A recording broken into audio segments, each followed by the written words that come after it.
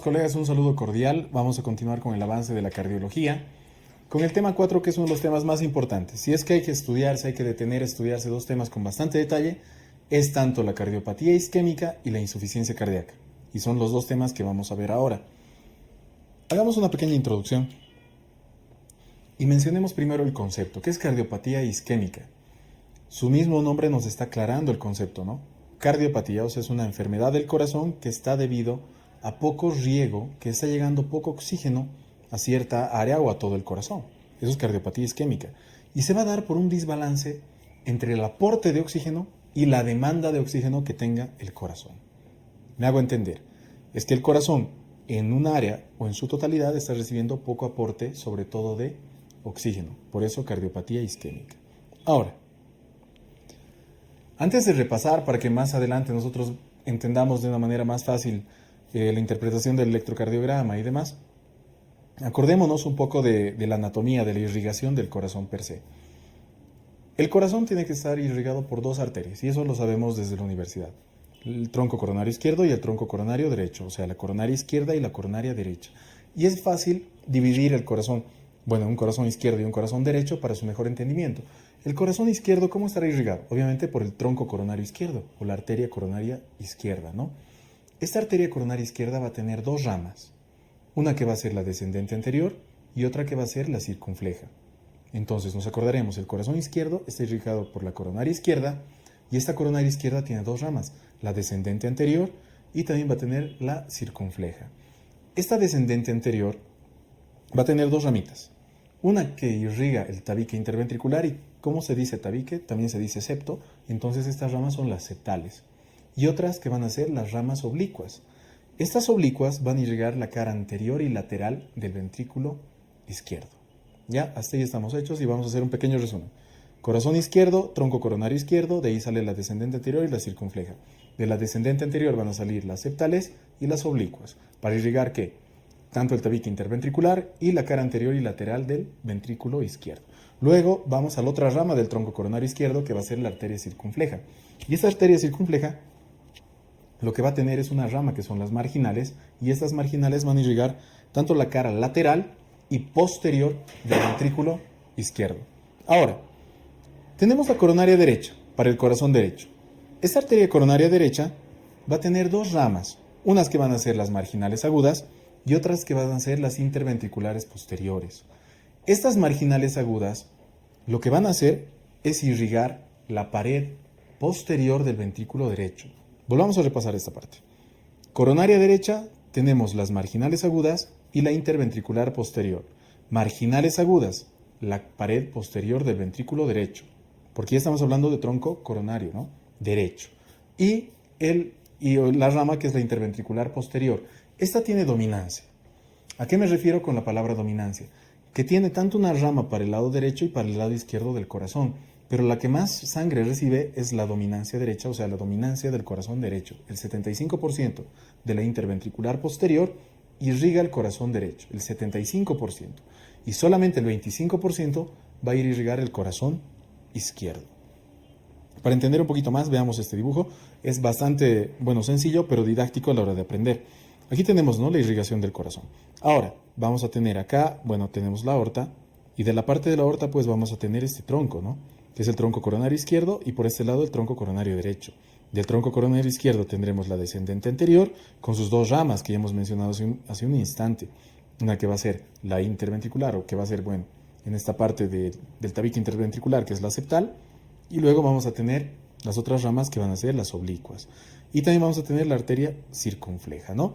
Y del tronco coronario derecho, que vamos a tener las marginales agudas, y que por atrás vamos a tener la interventricular posterior, y que va a tener solamente un 25% de dominancia en el lado izquierdo, y la dominancia mayor de un 75% la tenemos en el corazón derecho.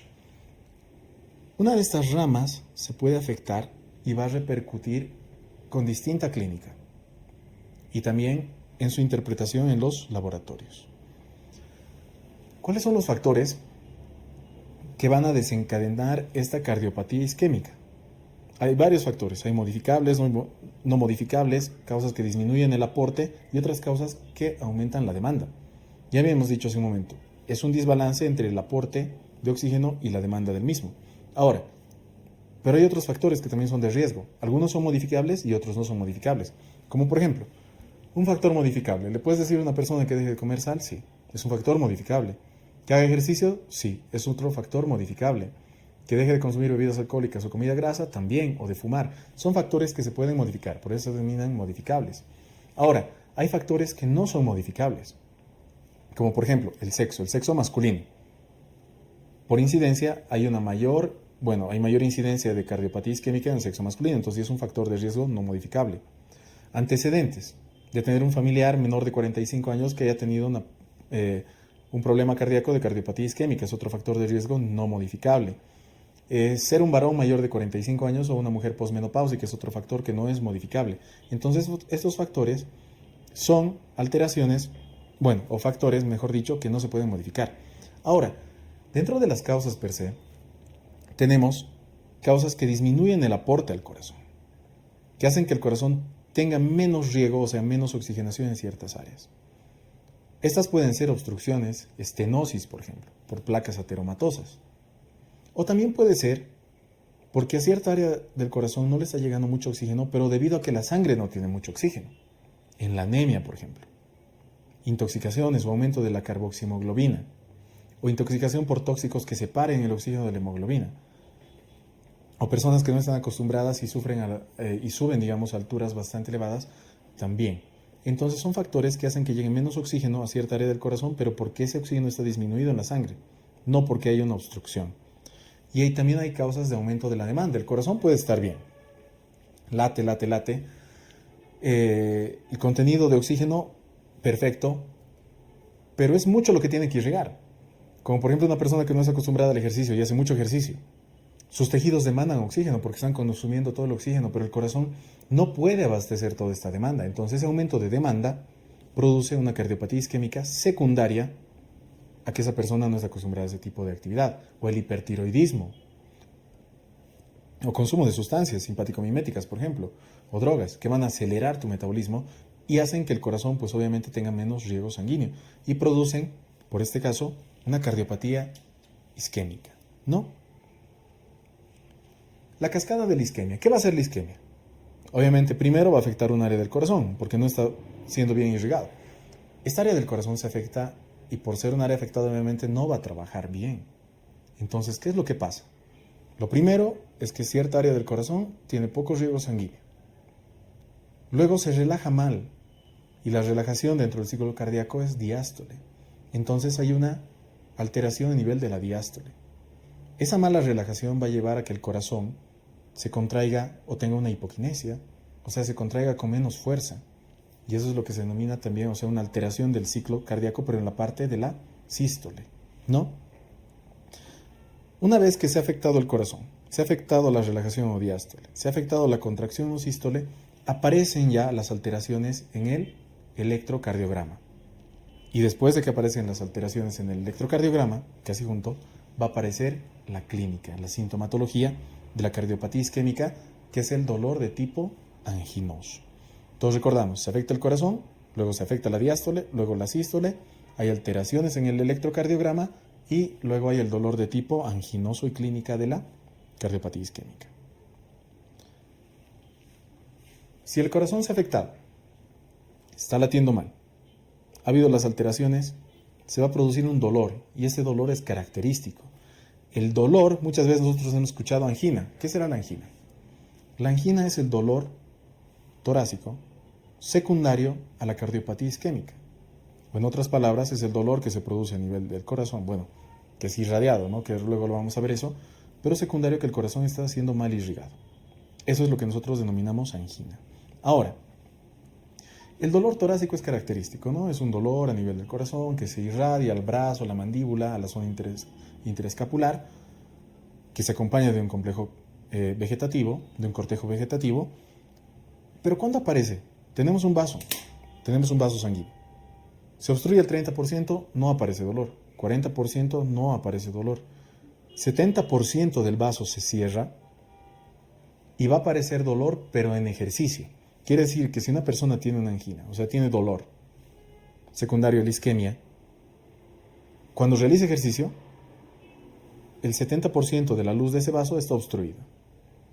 Si el 80 al 90% de ese vaso está obstruido, el dolor de tipo anginoso ya aparece en el reposo.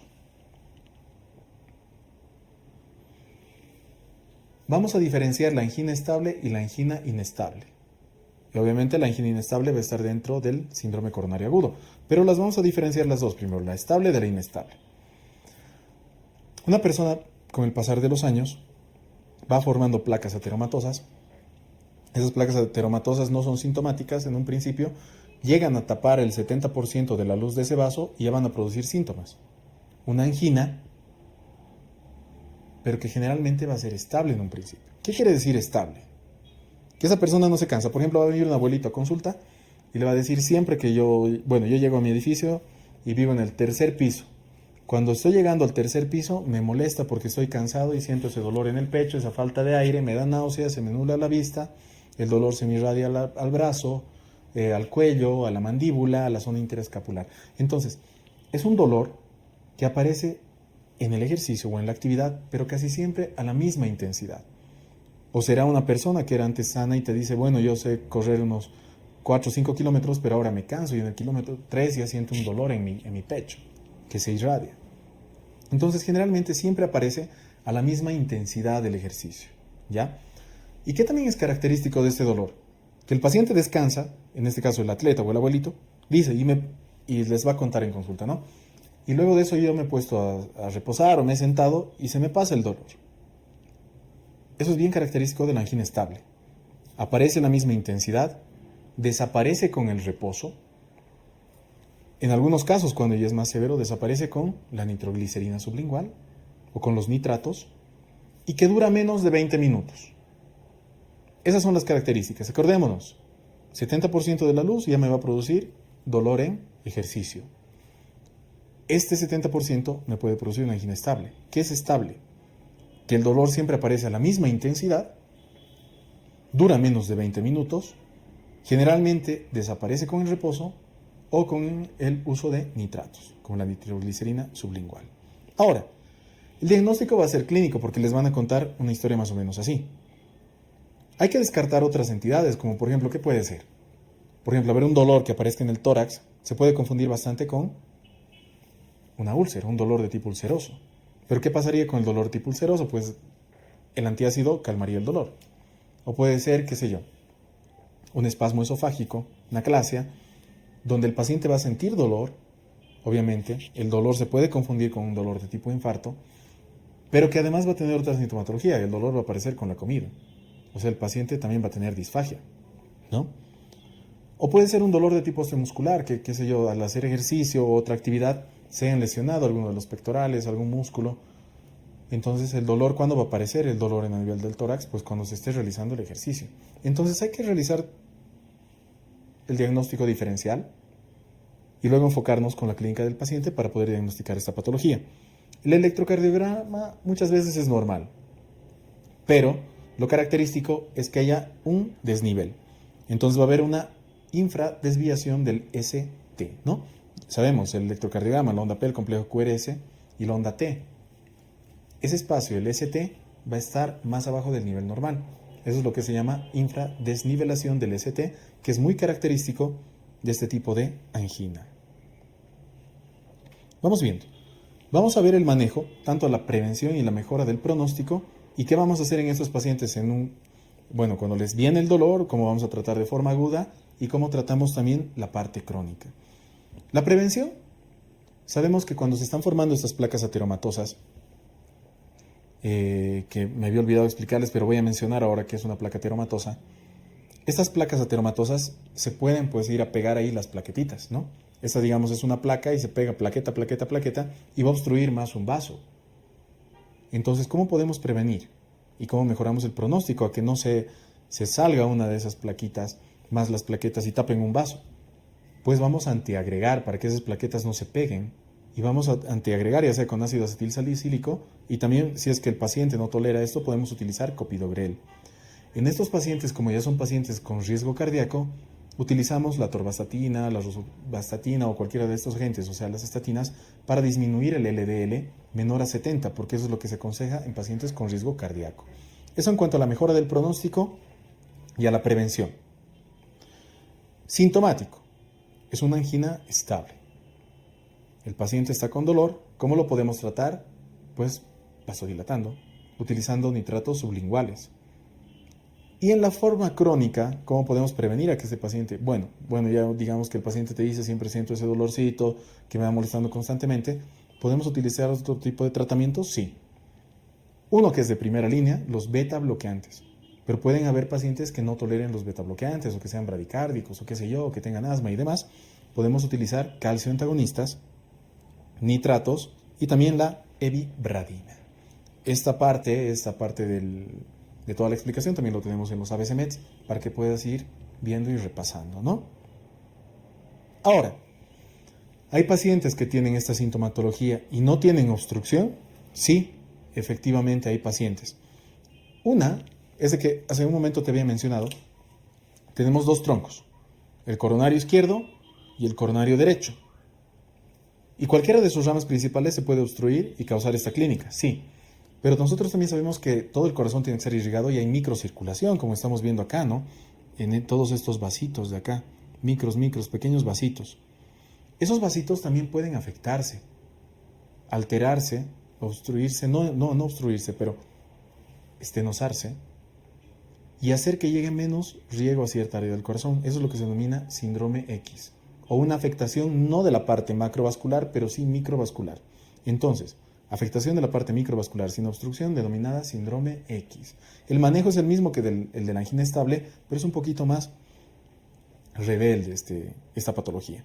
Ahora hay otra que es vasoespástica y esta se ve en jóvenes. Y lo interesante es que, digamos, va a venir un paciente joven a tu consulta, se le pueden hacer estudios como una coronariografía, pero el paciente no tiene estenosis. No hay una obstrucción, no hay una placa que esté tapando ese vaso. Pero ¿qué pasa en estos pacientes? Sobre todo de noche, cualquiera de los troncos o sus ramas principales tienen un espasmo, se cierran. Y entonces va a haber la clínica del angor, o sea, de la angina, el paciente se va a sentir mal, va a tener un cortejo vegetativo, o sea, náuseas, vómitos, etc.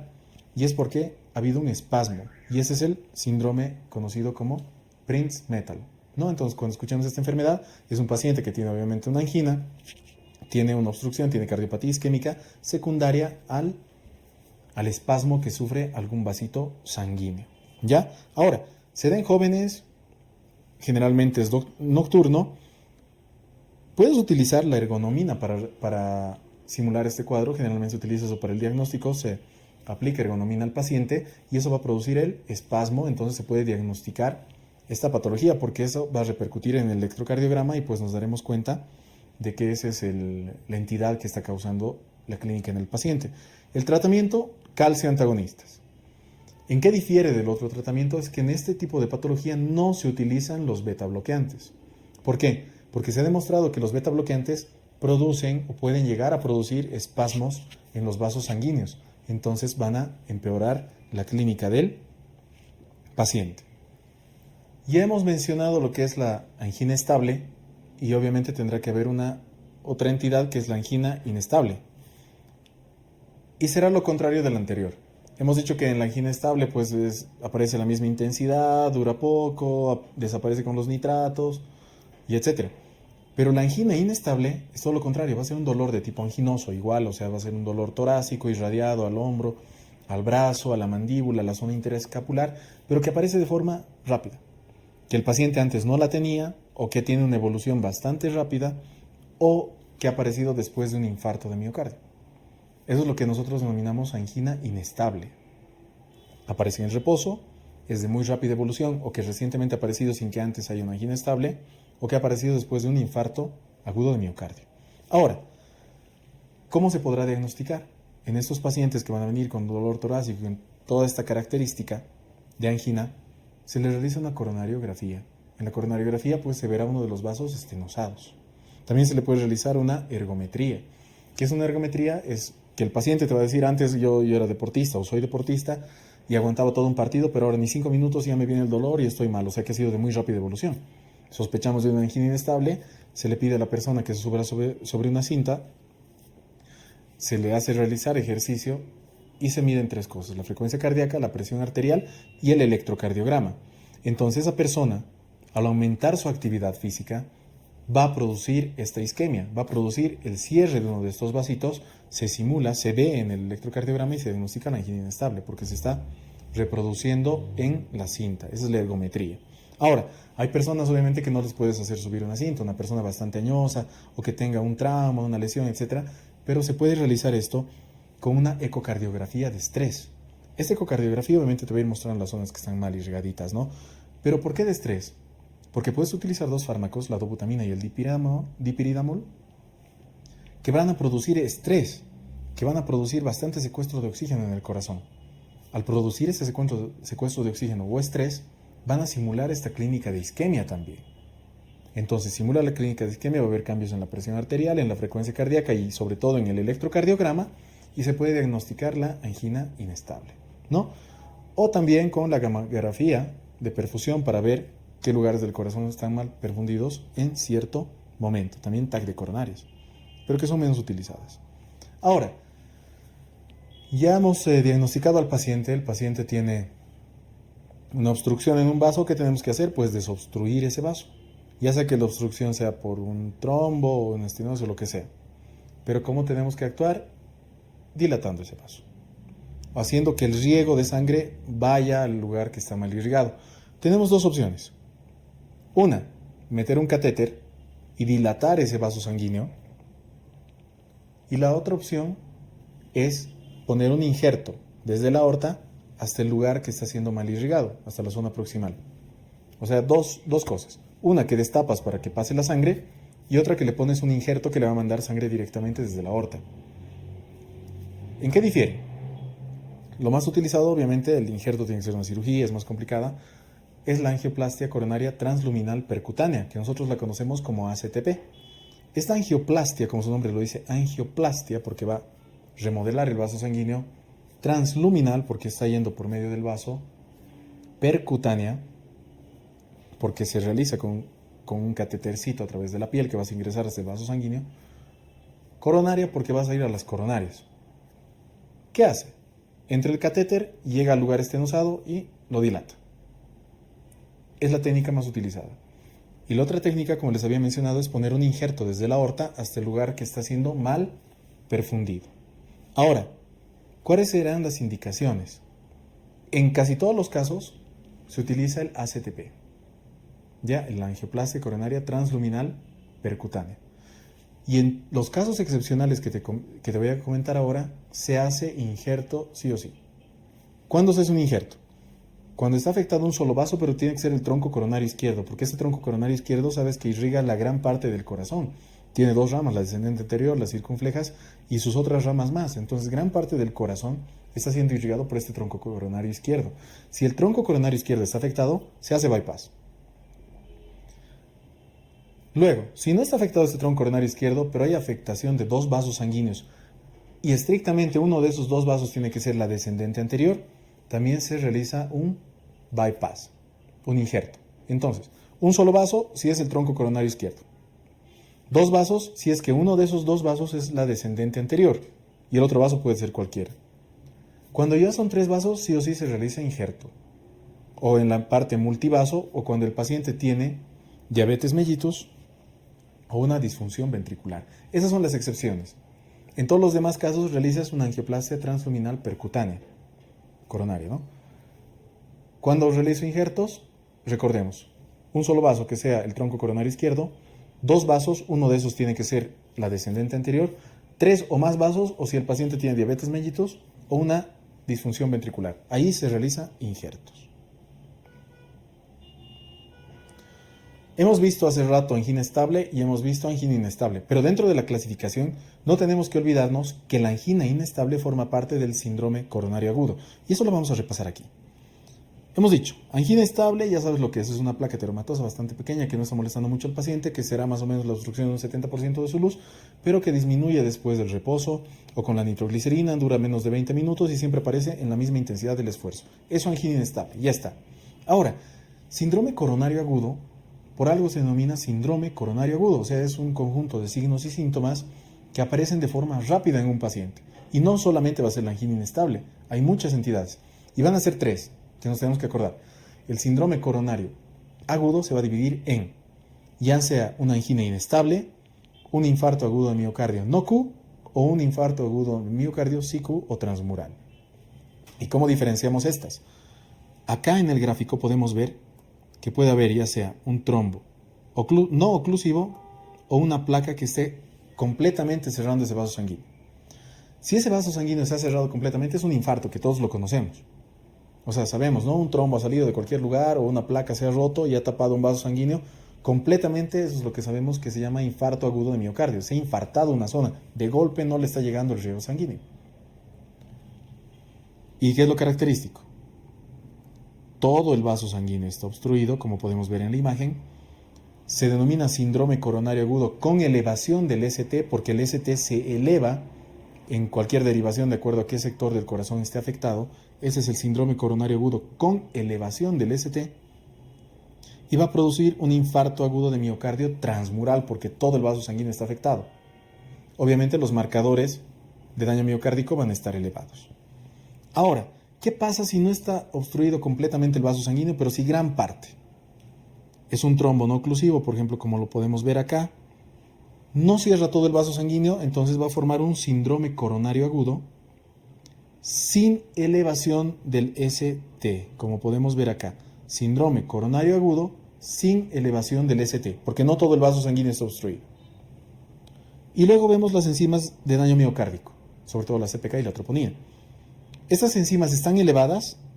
Si es que estarían elevadas, ya lo denominamos infarto. Si es que estarían elevadas, es infarto agudo de miocardio, pero subendocárdico, no Q. ¿Ya? Vuelvo a repasar. ¿Es un trombo que no está cerrando completamente el vaso sanguíneo? Sí. Es un síndrome coronario agudo sin elevación del ST, porque no está todo el vaso sanguíneo cerrado.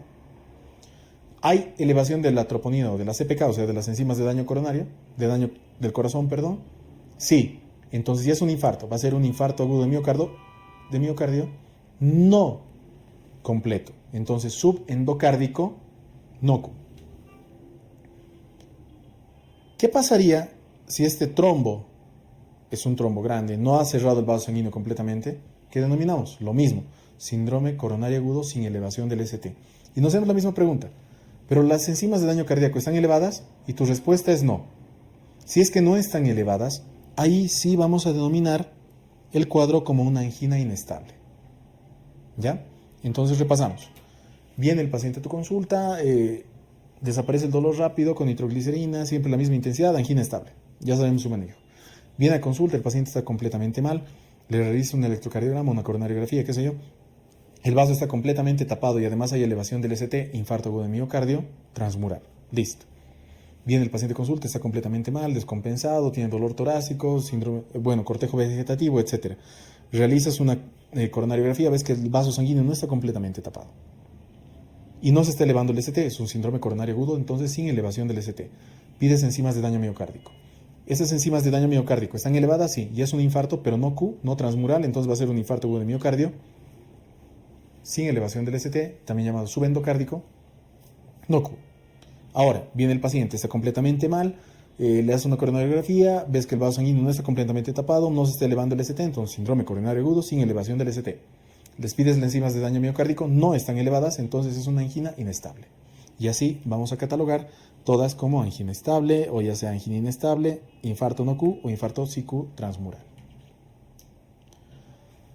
Y ahora veamos el último, el que hemos visto, el escasez, el que va a ser el síndrome coronario agudo con elevación del ST que produce un infarto transmural, infarto de miocardio transmural. Pues va a ser debido a que se ha tapado cualquiera de estas ramas de golpe. ¿Qué va a tener el paciente? Obviamente, elevación de las enzimas de daño miocárdico, eso está dicho, sobre todo las troponinas. ¿Y qué va a tener? Clínica de disquemia, el dolor, pierde la conciencia o puede estar despierto pero completamente mal, vomitando, sudando, etcétera. Va a haber alteraciones del electrocardiograma, va a haber una elevación del ST, van a aparecer las ondas Q. También puede haber una prueba de una alteración de imagen, o sea, puedes realizar una gamografía o otro tipo de estudio donde te muestre que partes del corazón se están contrayendo mal, ¿no? ¿Qué tiene este paciente? Tiene un Angor, tiene la signosintomatología característica, es prolongado, no desaparece por más tratamiento que tú le estés dando, tiene ese cortejo vegetativo y va a tener pues también complicaciones. Va a tener hipotensión, insuficiencia cardíaca, de acuerdo a qué tipo o a qué lado del corazón esté afectado, y en caso de que esté afectado el corazón derecho, no estaría funcionando bien el corazón derecho, pues va a haber congestión, va a tener el signo de Kussmaul, por ejemplo, ¿no? Y de acuerdo a cómo esté funcionando el corazón, pues vamos a determinar qué grado de insuficiencia tiene con la clasificación de Killip que ya conocemos, ¿no? Del 1 al 4, que no hay alteración, o que si hay una alteración leve, o que si ya tiene un edema agudo de pulmón, o un shock cardiogénico, del 1 al 4. Eso lo vamos a repasar más en insuficiencia cardíaca. Las exploraciones complementarias, como les había dicho, lo primero, bueno, obviamente sí es ingresar al paciente, presión arterial, signos vitales y todo lo que sabemos, pero lo más importante, un electrocardiograma, para que podamos ver si es que hay depresiones, elevaciones o no hay alteración, sobre todo en la parte de los STs, ¿no? Si es que hay una escasez, por ejemplo, aquí podemos observar, está elevada de 2, entonces hay una alteración, hay un supradesnivel, será un infarto transmural, ¿no? Obviamente van a estar elevadas las enzimas de daño cardíaco, pero vamos a aprender aquí unas reglitas para ver qué área del corazón está afectada. Sabemos que derivaciones hay muchas, y eso nos hemos estudiado en la parte de fisiología. Pero ¿qué nos muestran las derivaciones en la parte de cardiopatía isquémica? Es qué área del corazón está afectada. Porque las derivaciones te hablan de áreas, de lugares del corazón. D2, D3 y ABF. No me tengo que olvidar, D2, D3 y ABF me muestran la cara inferior. Entonces, si veo un electrocardiograma donde la elevación del ST o la depresión del ST, pero sobre todo la elevación del ST es en D2, D3 o ABF, me voy a imaginar que el corazón afectado es la parte inferior. La cara inferior del corazón es la que está siendo infartada. Vamos a ver la cara lateral alta, tenemos D1 y ABL. B1 y B2, esas precordiales me van a mostrar el tabique interventricular. B3 y B4 la cara anterior, B5 y B6 me van a mostrar ya pues la cara lateral baja y la parte posterior B7, B8 y B9, ¿no? Ahora el ventrículo derecho veré con B3 y B4, pero B3, B4R, B3R, B4R. Y la cara inferior especular puede ser por un descenso mantenido en B1 y B2. Si veo que el ST está mantenido en varias derivaciones, bueno, sobre todo en B1 y B2, puede ser un reflejo especular de la cara inferior. Te aconsejo que esta tabla te la estudies bien, porque te muestra qué área del corazón está afectado y puede caer fácil en una pregunta. Te pueden decir si en un paciente con este tipo de clínica veo una elevación del ST, por ejemplo, en B1, ¿qué pensará? Que es un infarto de todas las opciones, y una de esas va a decir el tabique interventricular. Pues efectivamente, porque aquí vemos que el tabique interventricular, la derivación que me muestra va a ser B1 y B2. Eso como ejemplo, pero estudiemos todas. Analítica. Las CPKs, las troponinas. Las CPKs aparecen a la cuarta hora, pero desaparecen más o menos al segundo o tercer día. Y vamos a ver luego las troponinas. Y las troponinas van a estar elevadas, bueno, se elevan 4 a 6 horas y permanecen elevadas mucho tiempo. En un infarto que está mucho tiempo de evolución, pues me fijo las troponinas, porque la CPK tal vez ya ha desaparecido, ¿no? Y los otros marcadores que ahí los tenemos. Ahora, un síndrome coronario agudo con elevación del ST. Hay otras patologías que tengo que actuar de igual forma como si fuera un infarto agudo de miocardio, que es el bloqueo de rama izquierda y un paciente con ritmo marcapaso. Eso más que todo acordemos como teoría. Pero no nos desviamos del tema y veamos un infarto agudo de miocardio transmural con elevación del ST. ¿Cómo trato a estos pacientes? Primero, hay que monitorizar, hay que pedir laboratorios, hay que hacer electrocardiogramas, hay que dar antieméticos porque el paciente seguramente va a estar mal, hay que dar tratamiento para el dolor, hay que antiagregar al paciente, pero luego ¿qué hacemos? Tenemos que abrir ese lugar, ¿no?, del corazón que ha sido tapado por un trombo, generalmente. ¿Cómo hacemos esto? Pues ya sea con un ACTP, o sea una angioplastia coronaria transluminal percutánea, destapando esto, o haciendo fibrinólisis, dando un medicamento al paciente para que ese trombo se disuelva. ¿Cómo realizamos esto? ¿Puedo realizar una angioplastia coronaria transluminal percutánea en menos de 2 horas? Si digamos estaríamos en un pueblo o lejos de una clínica o qué sé yo. Si la respuesta es sí, entonces siempre vas a escoger la angioplastia, siempre en caso de que contemos con la misma, porque es tiene menos morbimortalidad. Angioplastia transluminal percutánea, si es que puedes realizarla en menos de 2 horas. Si no puedes realizar en menos de 2 horas, vamos a optar por realizar la fibrinólisis, siempre y cuando el paciente no tenga contraindicaciones para las fibrinólisis. y enseguida las vamos a ver. Ahora, si el paciente tiene contraindicado la realización de una fibrinólisis por X o Z motivo, pues vamos a seguir optando o esperar hasta poder realizar una angioplastia coronaria transluminal percutánea, una ACTP. Si no está contraindicada la fibrinólisis, pues realizamos esta y vemos, ¿nos ha servido? Sí. Entonces vamos a realizar una coronariografía de control luego de un día. Y si no ha funcionado la fibrinólisis, pues igual vamos a ir a realizar una angioplastia coronaria transluminal percutánea, pero de rescate. Me explico. Este paciente tiene un infarto agudo de miocardio, hemos diagnosticado y demás, y le hemos dado todo su tratamiento de sostén y demás.